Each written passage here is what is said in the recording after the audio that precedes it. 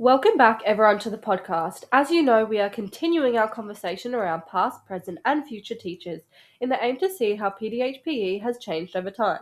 Today, we have our final guest, Natalie Borbley, who is a pre-service teacher studying a Masters of Teaching at WSU. Thanks so much for joining us today, Natalie.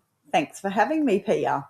We are curious to hear what you have been taught around the current New South Wales PDHPE curriculum. Would you be able to share your understanding of it? Sure. Firstly, I want to say that I feel it is such a valuable learning area. The most important aspect of it is that it focuses on developing the whole child. The syllabus focuses on helping students live safe, active, and healthy lives now, but also beyond school, which is why I feel it is just such a valuable learning area, Nessa. I also learned that PDHP is not just theoretical. Students need opportunities to apply learning in authentic ways that are meaningful to them. Wang and Chen explain that understanding and motivation together drive behaviour, which really highlighted the importance of connecting learning to real life. The rationale behind the current PDHP curriculum is quite comprehensive. Firstly, we want students to develop knowledge and skills that support their own well-being and the well-being of others.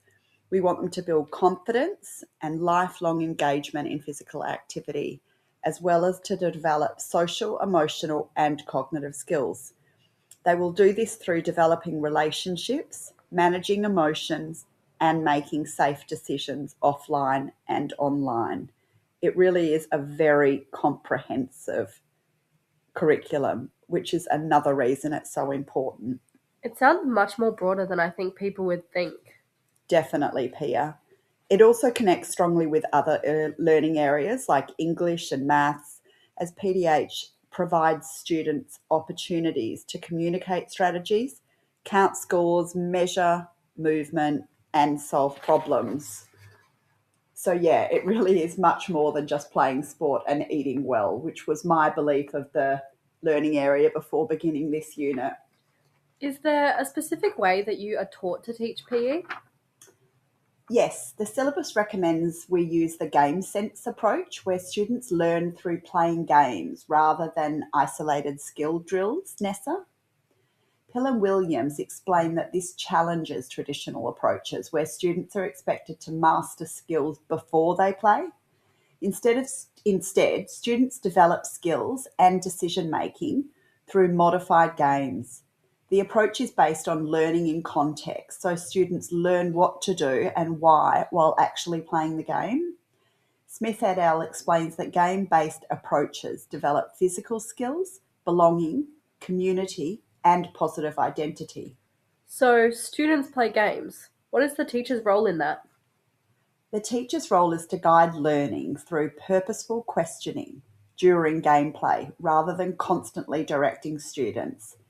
So they are asking guided questions to prompt students to think about what they are actually doing.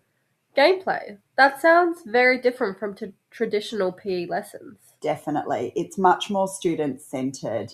Yan et al. Also found that game-based sports programs improve physical and mental well-being, motivation and confidence in sport, which again adds to why it is such a valuable learning area. Natalie, I'm wondering if you have a mix of practical and theory classes. Yeah, we have had 6 theory classes and 3 practicals. Could you share what you've learned in these? Sure, I'll talk about the first 2 theory lessons first, as they provided me with a really solid understanding of the unit. In the first tutorial, we shared and reflected on our past experiences with PDHP, and we discussed how student experiences shape how they feel about the subject. Some students enjoyed PE while others disliked it because they either lacked confidence or skills. Smee et al. Explains that the roll out the ball approach focuses on competition and skill mastery, but this can exclude students who are not sporty or competitive. We also learned that the current syllabus uses a strength-based approach, which and focuses on participation and inclusion. One thing I found really interesting was that our role is not to develop athletes, but to develop fundamental movement skills and positive experiences for all students. Our tutor highlighted that nowhere in the syllabus does it state that teachers are sports coaches developing athletes. New South Wales Department of Education. Hutchmatcher et al. Explains that supportive PE lessons build motivation for physical activity in and out of school, and this really reinforced the importance of inclusive teaching. I'm wondering what part the syllabus plays in your learning. It plays a huge part. Everything we teach needs to link to the syllabus. In this tutorial, we practice identifying how games linked to syllabus strands and outcomes and content descriptors.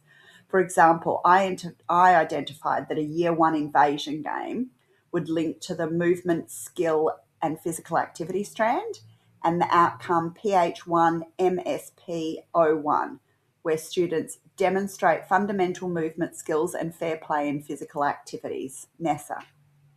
We also always learn inclusive teaching strategies. Two that I learned and will implement are firstly, ensuring I use a strength-based approach, and secondly, that I focus on participation rather than performance. This tutorial also gave me a new perspective on PDHP because I realised it develops confidence, teamwork, and decision making, not just physical skills. And the second one, what did you focus on? The second tutorial focused on how to use the PDHPE syllabus effectively when planning and teaching learning. One of the biggest things I learned was that PDHP outcomes are really broad and need to be supported by content points to guide our teaching. We also discussed that teachers often spend way too much time talking instead of allowing students to move. Smee et al. Explains that students learn through interaction and participation, showing that active lessons are most effective. Another important discussion focused on stage-appropriate teaching. We talked about how teachers cannot just teach whatever they want to teach. For example, if I was teaching in Year 1, I could not teach about harmful substances because that content is not age or stage appropriate. That concept is covered in Stage 3 under the Respectful Relationships and Safety strand. Outcome PHE RRS 02 explains and applies skills and strategies to interact safely in offline and online contexts. An inclusive teaching strategy I learned is that using questioning during activities supports learning. Deanne Thompson and Penny explain that discussions between teachers and students extend learning. This tutorial also reinforced that all teaching must begin with the syllabus, and I will definitely use the syllabus as a starting point when planning all of my lessons. Could you share a couple of your practical tutorials? What did they look like? Sure. The first one was dance. It focused on us working in small groups. We had to learn, modify, and then teach a dance to the rest of the class. One of the big things I remember, one of the big things I learned was that people learn movement in different ways. So in our group, some of the people linked movement to the beat, while others relied on lyrics or on watching demonstrations. Yan et al. Explains that varied teaching approaches improve engagement and learning outcomes. The tutorial also highlighted how important group work is. An outcome that linked strongly to the task we were doing was PH1 SMI01, where students demonstrate self-management and interpersonal skills in different contexts. This sits in the self-management and interpersonal strand of the syllabus. An important inclusive strategy I learned is that I need to use multiple teaching methods to support students' learning movement skills. As Fletcher and Nick Cronin explain, students engage with movement differently. This tutorial also made me realise how important movement time is in PDHPE. I am now very hyper-focused on how much time can be spent talking instead of moving during lessons. Okay, so dance. What was the next prac about? The second prac tutorial was focused on cultural games. One of the biggest things I learned was how important explicit instructions are during games. Again, we spent the first half of the game in small groups and then had to teach it in the second half. The first group spent way too long explaining the game. I found it really hard to maintain focus and stay engaged. Then all of a sudden, two boys suddenly grabbed the ball and started playing. Everyone joined in. However, I had no idea what was happening and I was worried about getting hurt, so I stepped out to observe more before feeling comfortable to join in. I had never participated in team sports, and Jefferson Buckman explains that students who do not master movement skills may struggle with harder skills and enjoy physical activity less. Smee et al. Also explains that students with stronger sporting skills often display more confidence and engagement in PE, which can shape how other students participate,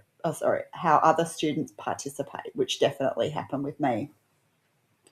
I also learned how effective questioning during game time can be. Our tutor modelled how to incorporate questioning by pausing games and asking reflective questions, such as, what strategy were you using? Or how were you using the space? The game we taught was an Aboriginal game that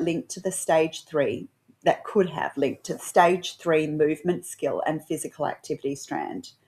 Outcome PH3 MSP01, where students refine movement skills, strategies, and collaboration in physical activities.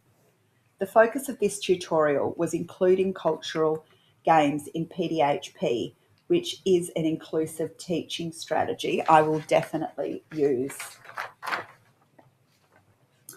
Pitt et al. Explains that Aboriginal culture is often missing in PE and should be included more meaningfully.